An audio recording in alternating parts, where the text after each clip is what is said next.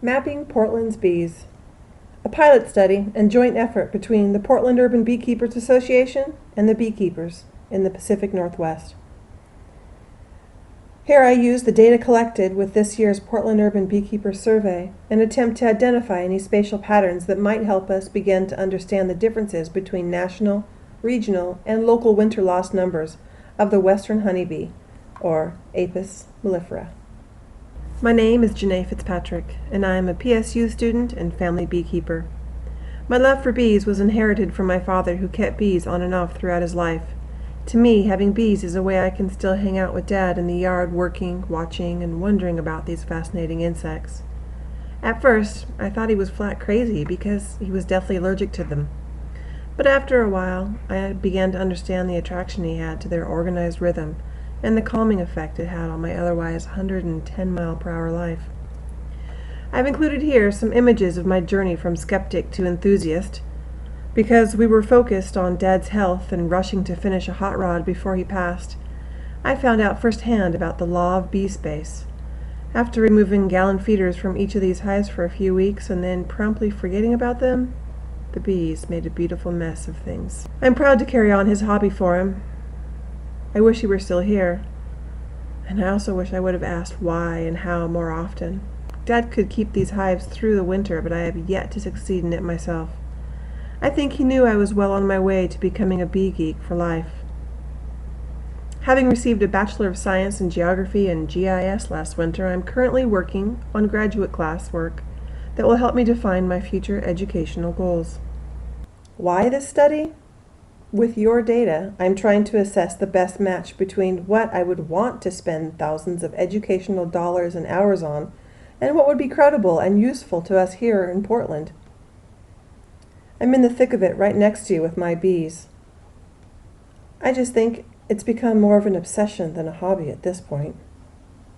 This year, the Portland Urban Beekeepers decided to expand the survey to cover not just its participants' wintering loss numbers, but the origination of their bees, their hive type, mite monitoring practices, the keepers' years of experience, survival strategies, and opinions on colony death over last winter.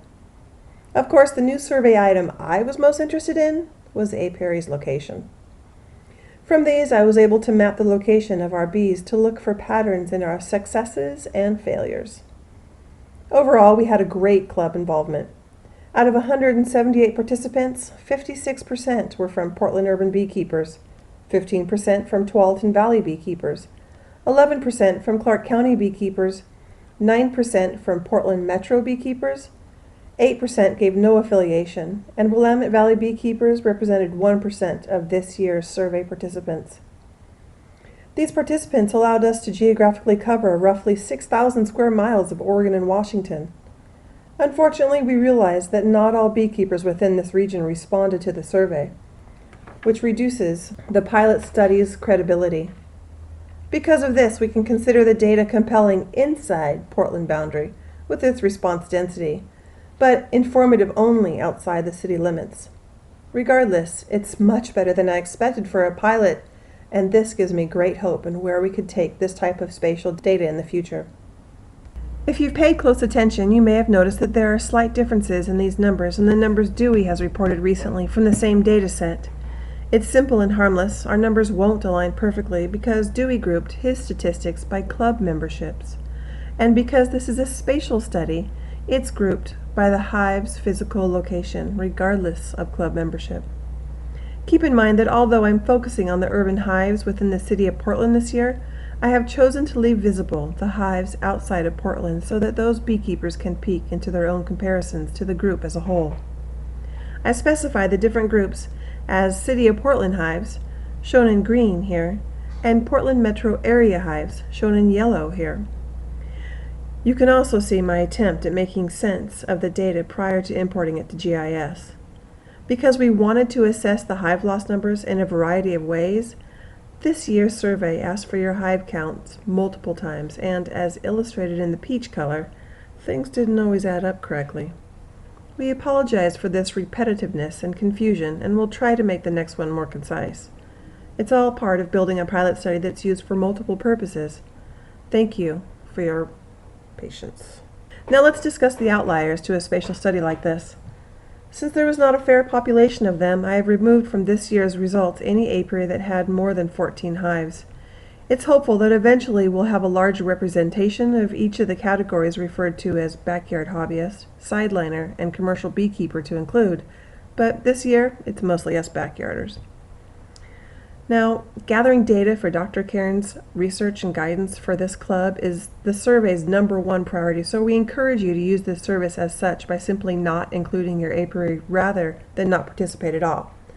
Just please realize that your valuable information can't be included in the maps or graphs we create on the spatial end. We know that completing this survey is time-consuming, but please take the time to respond to each question, such as the yes, no's, or the NA options. There are quite a few things I couldn't map because the data return was just too inconsistent.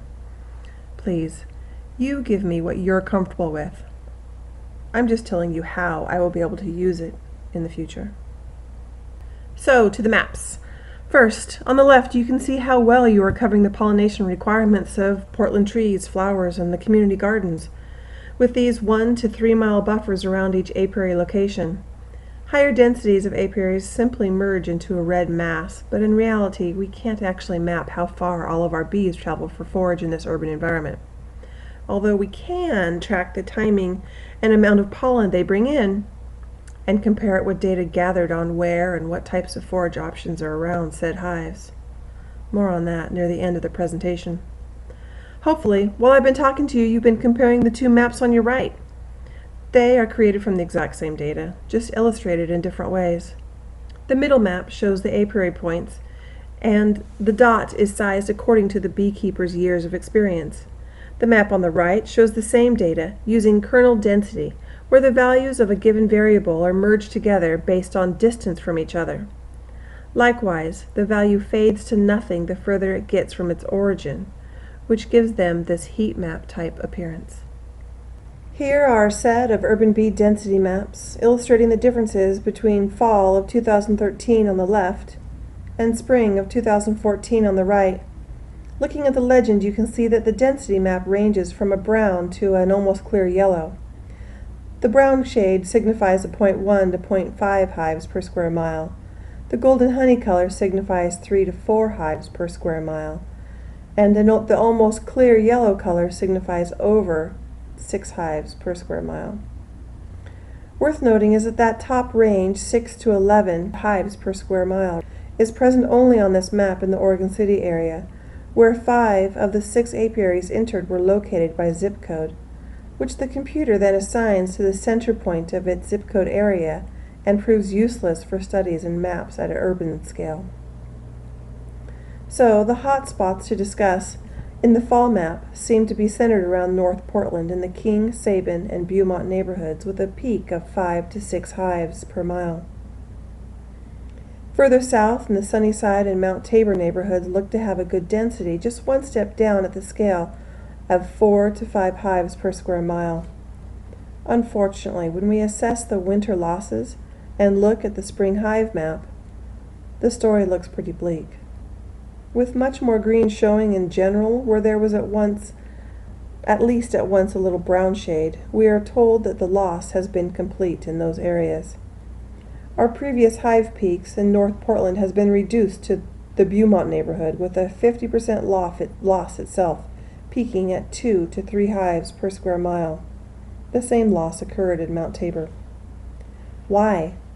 Are there any similarities in these beekeepers' practices, or in the environment surrounding the failing hives? Or even the surviving hives, for that matter? What's causing these colonies' demise, and why do we have such a high loss rate in the city? These are the types of questions that we're looking at, and when and if we get something concrete, we'll be sure to let you in on it. So what's the plan for the 2015 survey? Well, you could take notes now with your apiary locations, hive counts, types, and queen sources for ease of use and memory come next April. If you like, you can email me for a paper copy of the 2014 questions to keep notes on, but remember, the preferred collection format will once again be online, which means those 2014 forms won't be accepted as 2015 survey inputs. They are just for your note-taking purposes. Also, we're gearing up to include some of your questions from the survey. We have compiled the comments and questions from your responses, and although most repeated subject has to do with colony genetics and requeening, there were many others which will be reviewed by the pub survey crew in the coming months. Last but not least, this year I asked, if contacted, would you be willing to participate in a citywide foraging pilot study in 2015, which may track general vegetation availability for single colonies via pollen collection and or monthly forage plant identification teams. Let's just say I took a huge bite that I found was a bit difficult to chew. Luckily, I found some data that will jumpstart us immensely within the public right-of-way and give us an applicable connection into the future public planting requirements if necessary. The image on the right is the beginning of a forage map for the Ladd's Addition area, with only street trees and building outlines shown. The colored dots represent the locations of our public street trees. Each dot is a single tree which provides the tree's type, size, and health. This can be easily manipulated within GIS to create a seasonal forage map for us to build off of. Do you remember the article last year on London's lack of bee forage being due to a heavily planted non-pollinator tree? Well, let's just say I'm curious how we Portland tree huggers compare for pollinator friendliness.